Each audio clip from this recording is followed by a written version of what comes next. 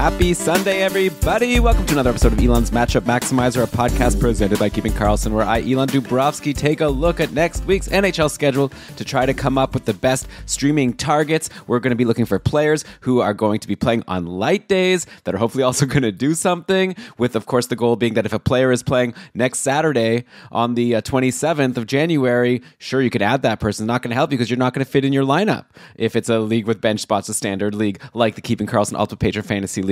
So yeah, next week is going to be good. Hopefully everyone had a good week this week. I'm recording this Saturday afternoon again.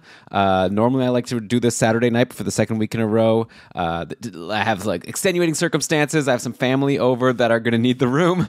So yeah, I'm recording this in the middle of an Avs Flyers game right now, which hasn't ended yet, where it's 5-4 for Colorado. Phillies may be coming back. Not a great game for Carter Hart. But anyway, we'll discuss this on the Mega Show tomorrow, because neither Colorado or Philadelphia have especially exciting schedules. So I don't know if I'm going to be checking on them. Though Colorado actually Wednesday, Friday next week. Underrated. So, okay, just to give you the overview of next week's schedule, we've got, Tuesday, Thursday, Saturday are the busy days, like usual. Saturday, super busy. Almost no chance you're going to be able to stream someone in. Tuesday, Thursday, 18 teams playing. That's borderline. You're probably fitting someone in either on the Tuesday or the Thursday. So you're going to have to, once again, I'd love to make this easy, but unfortunately you're going to have to go set your lineup for next week, see where you can fit people.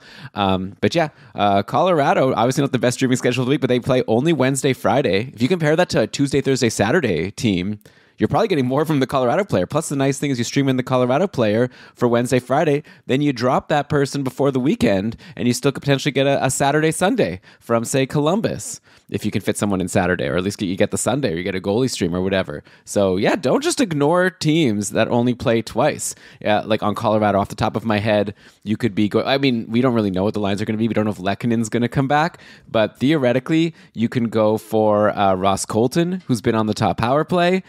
Josh Manson is looking pretty good as a peripherals D-man, if you want to go that way, or a Sam Girard. So there you go. Drouin, if you're in a shallower league and he's still available for you, he's still been playing with McKinnon and Rantanen on the top line. So there you go. That's not the top team, but just wanted to mention Colorado. I don't know why actually I came to that, but who knows? This whole show is just a stream of consciousness. I forget everything I said usually by the end of it, and then I look forward to Trev writing on the Discord, the Keeping Karlsson Patron Discord, to remind me what my takes were in this episode. All right, best schedule of next week. It's obvious. There's one team that plays all light days, 4 games. It's the best you can do. LA Kings, Monday, Wednesday, Friday, Sunday. You stream someone from LA, you're guaranteed getting 4 games. You're getting San Jose also on Monday, which could be good. Buffalo Wednesday, though UPL has been unbeatable. You're probably hoping that Buffalo, it's a back-to-back for Buffalo, Tuesday, Wednesday. Maybe they're playing with Eric Comrie on Wednesday. That could potentially actually be good for you. So theoretically, things could go really well for this LA stream if you get the right person. Then Colorado Friday, and then St. Louis on Sunday. Okay, so who are we going to take from LA? Unfortunately, this is a team where they're pretty picked dry, at least in the Cupful. In the Keeping Karlsson Ultimate Patron Fantasy League, you're not getting Kempe, you're not getting Kopitar, Doughty, Trevor Moore, Kevin Fiala. Phil Deneau is rostered in like 98% of leagues, so I don't know if he should count for me as an official pick, but he's only taken in 26% of Yahoo leagues. So in leagues outside of the Cupful, you might be able to get Deneau. I think he's a pretty easy pick. Aside from that last game against Nashville, where he didn't do much before that, he had a 5-6 game point streak, including a big 1-goal, 2-assist game. Phil Deneau's always like just a solid streamer. Like, you just know you add Phil Deneau, you're not going to get nothing. I think, especially in a 4-day week like this, you're guaranteed, I think, you're going to get at least 2 points, probably 3, I'd say. And you always have the upside to get 4, maybe even 5, like he was, like that run that he was just on. I would take Deneau in the last game. He was playing with Fiala and Moore. They're back to that classic line. So yeah, I think that's an easy pick. I guess I should also mention Quinton Byfield, sort of on the opposite end, right? I don't think I mentioned him in that list. Yeah, Byfield is also down to 98% rostered in Cupful. He was 100 for a long time, starting to get dropped because he's on a bit of a cold stretch, but hey, now's the time to add him back, right? Like, he's still playing with Kempe and Kopitar. He's still on the top power play. this is fantasy hockey, right? It would be too easy if you just grab people who are already doing well and expect it to continue. And, Byfield was good in the past. He's in a good spot. He's got a great schedule next week. So I think you ignore that cold streak he's on. You assume that this is a good play. It may work out, may not, but I don't think you could do better. So unfortunately, I don't think I could count him either as my streamer of the week. But like Byfield or Deneau, I think would be great picks if they were available to you based on their deployment. And then outside of that, I'll even throw out Pierre-Luc Dubois.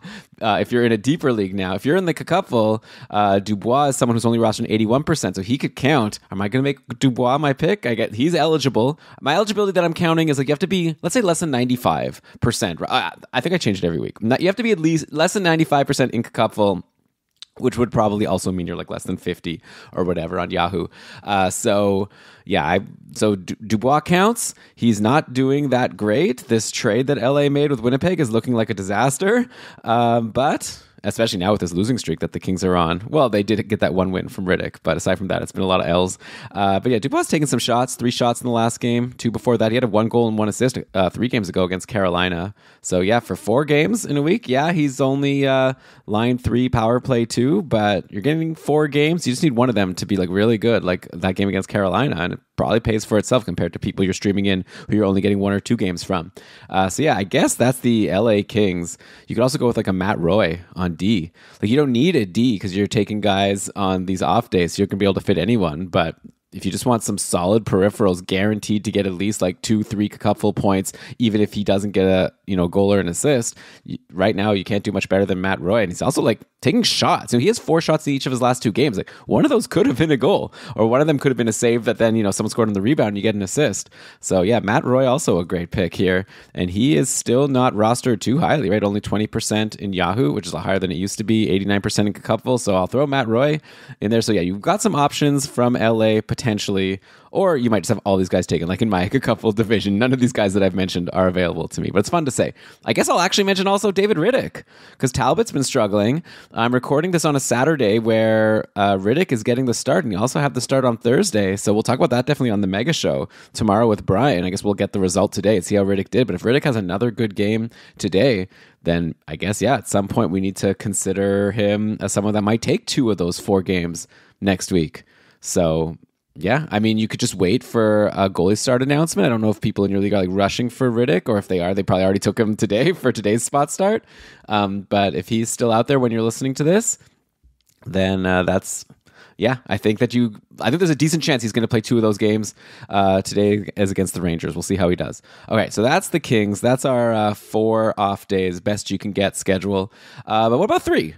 We've got 3 teams that play on 3 of the off days, which is pretty darn good. Those are the Florida Panthers, the Seattle Kraken, and the St. Louis Blues. So where should we go first? Let's go to Florida. I actually just made an ad in my Cacupful division. I'm losing this week, unfortunately, to Dave, who used to do a very similar podcast to this in the same time slot last season. But yeah, Dave is crushing me this week, but I did make a good move. The good thing about getting crushed is you could just sort of plan for the future. And I saw that Aaron Ekblad was dropped in my division, and he's someone who's really struggled ever since he came into the roster for Florida. He came in a little bit late, but hey, after I added him, he had a great game on Friday, 1 goal and 3 assists. Really came out of nowhere. I'm definitely going to ask Brian on the Mega Show where he thinks this Ekblad breakout came out from. But if Ekblad is available to you, he's now down to 70% rostered in Yahoo, 96% rostered in the Cacupful over our 40-plus division. So I guess he doesn't count. It's like, why am I even talking about it? Most people listening are like, I don't even have access to Ekblad, but I added him. So that's why I thought I'd bring him up as a fun stream. Florida plays Monday, Wednesday, Friday, Saturday. I had an open D spot even on Saturday. So I'm getting the 4 games there. But okay, let's look at people who might be available to you. I mean, it's the same.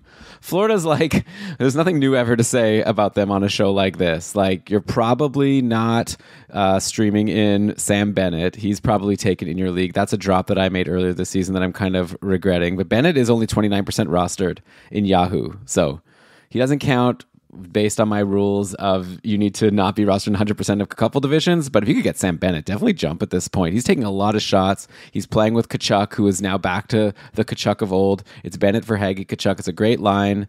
And you know what? In the last game, I see Bennett even was on the top power play. Oh, because Barkov was out with his illness. Like, Barkov might even still be out. Like, Barkov doesn't play every game. So that could be even make Bennett more exciting. So Bennett's an obvious ad. he doesn't count. But if you're in a shallower league, grab him for that Monday, Wednesday, Friday. You could drop on Saturday if you don't have room for him. But I'd like, tweet at us at Keeping Carlson. Let me know who you're deciding between Bennett and, because I like him a lot at this point. I biffed that one. But okay, aside from him, obviously you're not getting Kachuk, you're not getting Verhaeghe, Barkov, blah, blah, blah. Who can you get that plays in a decent spot? I guess we've got our classic Evan Rodriguez, right? Erod, obviously it helps when Barkov is actually playing. Then Rodriguez sometimes plays with a Barkov and Reinhardt, which is an incredible pair to play with. And when he's done that, he's had some good games. He's also, had some quiet games in the last game versus Minnesota on Friday. He did nothing, no shots even. He just had a hit. The hit saved him from a cardio session of 0 fantasy points. But yeah, so you're taking a risk with Evan Rodriguez, but you're getting those 3 off-day games to start the week on Monday, Wednesday, Friday. So yeah, but I'll just say that I like him a lot better if he's playing with Barkov and not if he's playing with Kevin Stenlund and Steven Lawrence as he was in the last game. Oh man, so what was it? Reinhardt was with Luosterainen and Lundell, and then Erod in the bottom 6. Okay, so if those lines stick, if Barkov is out, then maybe you're looking more at Luosterainen actually as your person to stream in. He had a goal in that last game. I mean, playing with Sam Reinhardt really helps, I think. So and actually Lundell is on a 2-game point streak. He's been so quiet all season, but he's actually on a little run now. In his last couple of games, 5 and 4 shots, and then a goal and 2 assists over 2 games. So Anton Lundell, if you're in a super deep league, he's super available to you, and I think that he's a decent bet, and it's a really good schedule. So why not? Then there's also on defense. I guess you can't really get, right? You won't get Ekblad. You probably won't get Gustav Forsling. At this point, I have more faith in Forsling than Ekblad. He had a goal in each of his last couple of games. So yes, Florida. Yeah, it's you're probably, if you're like me in a league like a couple, you're looking at your options of being like Rodriguez and Lundell and Luosterainen. I might go Lundell, but again, it really depends. I want the person playing with Barkov and Reinhardt if you have the option. So right now, if there's no Barkov, and then if it's Luosterainen and Lundell playing with Reinhardt, then give me those guys. Okay, so that is the Panthers. Who should I talk about next? Okay, Seattle Kraken. I'll do St. Louis next actually, because they go Tuesday and then Wednesday, Friday, Sunday. Seattle only has 3 games. It's just Wednesday, Friday, Sunday. So you maybe want to wait to get your Seattle person. And like I said, Tuesday's not crazy busy. There are 18 teams playing. So theoretically, you might be able to fit someone both on all 4 games, and then it's just as good as LA, right? So St. Louis is playing Calgary, Vancouver, Seattle, and LA. Might be tough to score goals in some of those games, but you take what you can get. Who is available to you on the Blues? Well, let's take a look at what the lines have been lately for St. Louis. In their last game where they got beat by the Capitals, again, I'm recording this Saturday afternoon, they went with Buchnevich, Rob Thomas, and Jake Neighbors. Oh, nice top-line spot for Neighbors, and then Shen, Kevin Hayes, and Jordan Kyrou. So when they split up Buchnevich, Thomas, and Kyrou, that does give some potential interesting spots. And by the way, Jake Neighbors back also on the top power play. Remember when he was on this incredible run? We were all about Jake Neighbors all the time? Well, maybe that time has come again. Though there was a practice after that last game, and it looks like the lines changed back to just stacking the top line. Buchnevich, Thomas, Kyrou, Shen, Hayes, Neighbors. So that's probably going to be the lineup for tonight's game for the Blues on Saturday. And then who knows what happens next week. So yeah, if the lines stay like this, give me Braden Shen, I guess. But if Neighbors gets back on the top lineup, maybe I would pick him over Shen. Also, we'll take a look at how the power play looks. It could be Shen, could be Neighbors. Both of them could end up being good streams for you. And definitely, you could do a lot worse, especially if you could fit in that Tuesday game. And then, I'll mention Seattle. Even though they only play 3 times, it's a guaranteed 3 games that you're going to be able to get the person. Seattle is the team that is really hard to predict because they just all take turns going on hot streaks. Lately, who's the hot person on Seattle right now? You may be asking. Well, there's Jared McCann, but he's probably not available to you. He's a 66% rostered on Yahoo. So if you're in a shallow league, maybe you can get McCann. He's someone I would definitely jump on now. He had such a great year last year. This year he had a really cold stretch, but now he has 4 goals in his last 4 games, 4 goals and 3 assists in his last 5 games. He's taking shots again. So I don't know what changed, but give me McCann, give me Tolvanen. These guys probably aren't available to you. Oliver Bjorkstrand is also on a hot streak. He's gotten points in all but one of his last 6 games. But I just don't know if you're going to be able to get any of these guys, unfortunately, which of course makes this a more challenging exercise. I'd love to just tell you players that I think are good. If we look at a couple percent rostered, Bjorkstrand, Tolvanen, and McCann, all 100%. So let's assume you can't get them. Who do we want next? Well, Jaden Schwartz is back. He had points in 3 straight games after he returned from his injury, and then he went super quiet for the next 3 games. So there you go. In his last game, he was playing with Burakovsky and Wenberg. Is Jaden Schwartz the next best guy? Bjorkstrand was playing with Gourde and Tolvanen. Gourde randomly does stuff sometimes, so he's suspended now.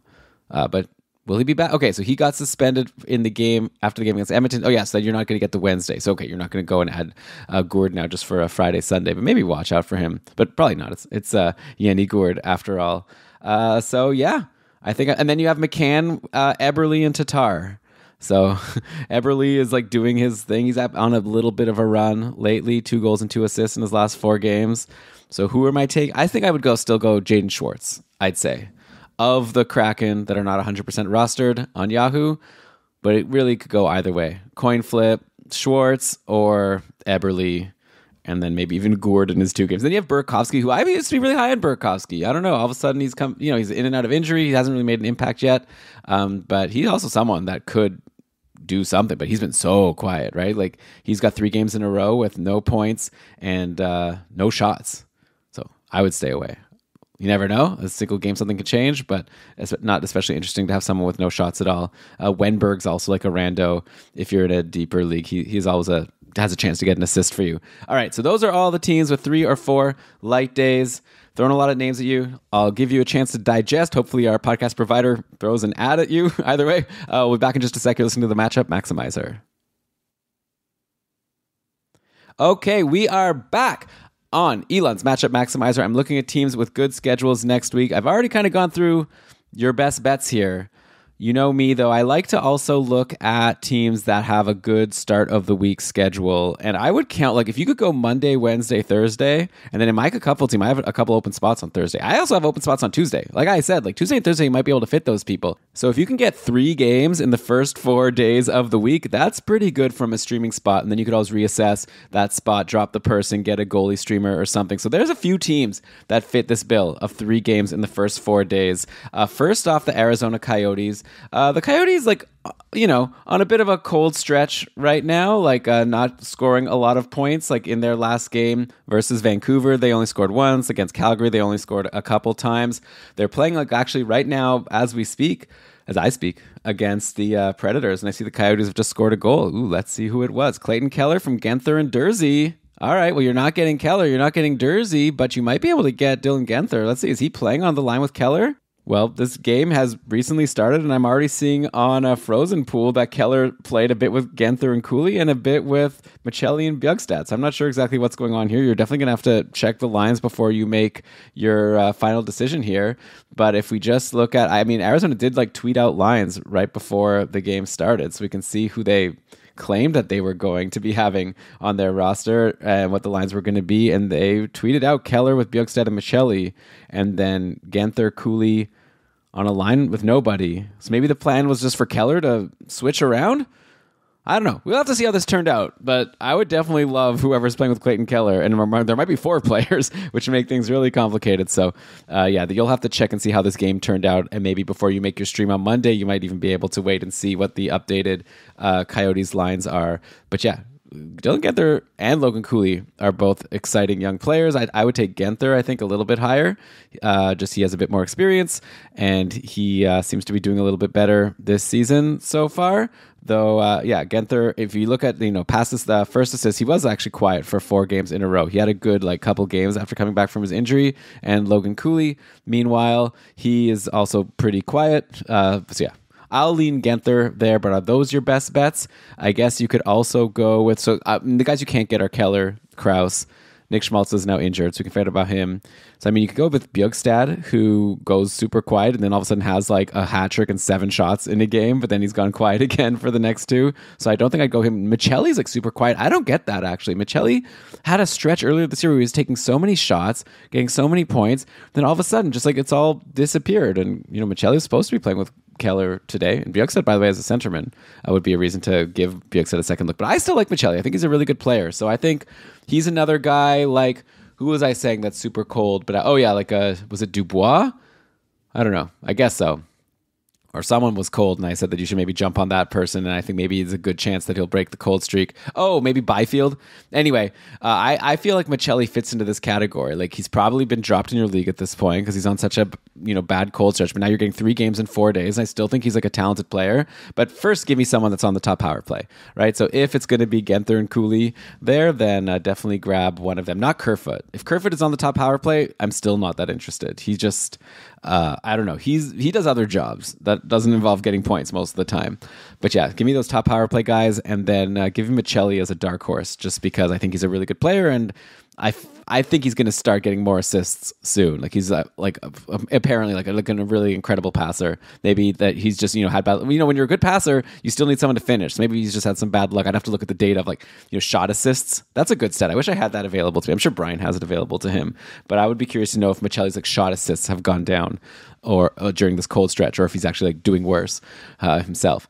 Okay, so that's the Coyotes, and so another team that has the exact same schedule: Monday, Wednesday, Thursday, and then Saturday is the Boston Bruins. Another team that changes up their lines pretty often, which makes it tricky to pin down who are the people that you're interested in. In their practice lines yesterday, so I guess for this game that they're going to be playing today, let's see, who are the Bruins even playing today? Bruins are playing. Oh, they're playing against the Canadiens. That'll be fun. Okay, classic rivalry. They were rolling with Pasternak and JVR and Coyle. Oh, so Marchand is out. I'm not sure. Do we have an update on him? Do people mind if I'm doing live checks here? Just going to game day tweets and checking out things. So Marchand, I don't have anything. Marchand is back after a maintenance day on Monday. I don't know. It doesn't seem like I haven't seen anything too serious about him, anyways. But yeah, if this holds, JVR, Coyle, and Pasternak. So I had a JVR, but I also didn't have Coyle available to me. Charlie Coyle at this point is looking really good. He's 38% rostered on Yahoo now and climbing. And I'm just going to bring up the cupful. I have a feeling that Coyle might be in a situation where you can't even add him now because he's just really been on a scorcher for a while. And yeah, Coyle is 100% on Yahoo. So if you're in a league where you can get Charlie Coyle, if he's centering Pasternak, he's been also getting top power play a lot of these games. In Boston's last game against Colorado, they had Coyle, Pasta, Marchand, JVR, and Charlie McAvoy. So it's a great spot for Charlie Coyle. He's got 4 points in his last 3 games. He's taking shots. He's easy. Too bad I can't take him because he's already rostered in all these couple divisions. So we have to go a little bit lower, unfortunately. But he would definitely be my top choice if we're looking at people less than 50% on Yahoo anyways. But yeah, give me James Van Riemsdyk next. He's actually only rostered in 11% of couple leagues, but it's a good schedule to start next week. I like if he's going to be playing with Pasternak at even strength. I like the top power play. Again, this can change, but for as long as it lasts, could be good. And then, Zaka's back and not in his good spot. So we'll see. Poitras was centering a line with Zaka and DeBrusque at the last practice. So if that holds and Zaka's not playing with Pasta, that obviously decreases his value. Jake DeBrusque is, by the way, another guy. He's 45% rostered in Yahoo. He had a goal and an assist against Colorado. Before that, he was cold for a few games, but DeBrusque is another person that I would definitely grab. I'm going to put my order as Coyle, then DeBrusque, and then JVR, but I didn't mention DeBrusque. Actually, he's only 81%. So yeah, give me DeBrusque as he should count. Let me make him my pick. You're getting 3 games. I think a lot of the LA people that I said I liked weren't eligible. So yeah, I could take Jake DeBrusque as one of my top streamers.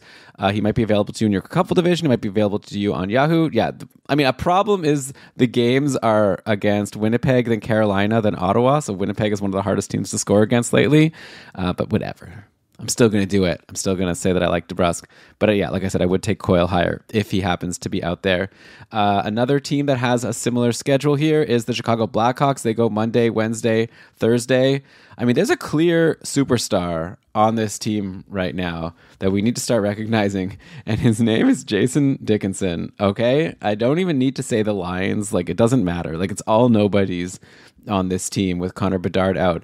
But Dickinson had 1 goal and 2 assists in his last game, also 4 hits. Before that, he went quiet for 4 games. Before that, he had a 3-game point streak. Nothing is a guarantee with Chicago, but I think he's my pick. If you could get Seth Jones, but you probably can't, right? He's 56% rostered on Yahoo.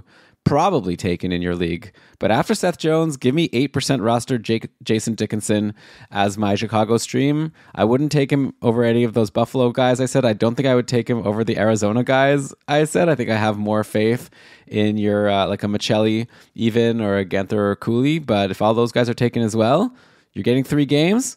Especially if you, well, I mean, only if you can fit on Thursday. Maybe you take Jason Dickinson and hope that he can keep this magic going a little bit. So it's an out there choice, but he just had a huge game, and it's not the only big game he's had. We're up to 24 points in 46 games on the season for Jason Dickinson. That's a 43-point pace. So if you're getting like 3 games in 4 days, decent chance you might get 2 points. You're going to get 1 or 2 points with this pace. So you might get lucky. And then if your league counts hits, you're also getting those. Good for him. You just got a contract extension also. All right. More teams that play 3 times in the first 4 days. There are none. So there you go. I guess I've covered all of those. Is there anything else I should mention? Oh, yeah. People have been asking me to do the Sunday Savior, which was a thing I mentioned before. So, like, looking at tomorrow, looking at Sunday, when you're looking at this, like, if you need one final stream to help you in this week. So, yeah, let me take a look and see if I can help you out with a potential streamer for tomorrow. I mean, there's a lot of teams playing. The thing is, like, I don't know. Like, there's so many teams playing. I could now just pick any player on any of these teams. The Rangers, Minnesota, the Islanders, Tampa Bay, Carolina, Dallas, Anaheim, Philly, Ottawa, Toronto, Detroit, Seattle. Hey, from Ottawa, you can take a look at Shane Pinto. Maybe he's going to be playing his first game. Who knows how that'll go? It's against Philly on a back-to-back. Erson's been incredible. I don't think I would get Pinto, but Pinto could be good and then potentially, like, become a hold. There's a chance. I don't know. I don't think so. I don't know. Let me just tell you players. I'll tell you a player off the top of my head. I'm not going to do this every week because this is like already getting pretty deep into the show here. All right, if we're doing Seattle, well, I already mentioned Seattle. So, use that. Who did I end up saying? If you can get like Jaden Schwartz, maybe he's a good option for your Sunday Savior. On Detroit. At the end, I'll give you my official answer, okay? But I'm just going through the teams here. On Detroit, you can get like a Sprong.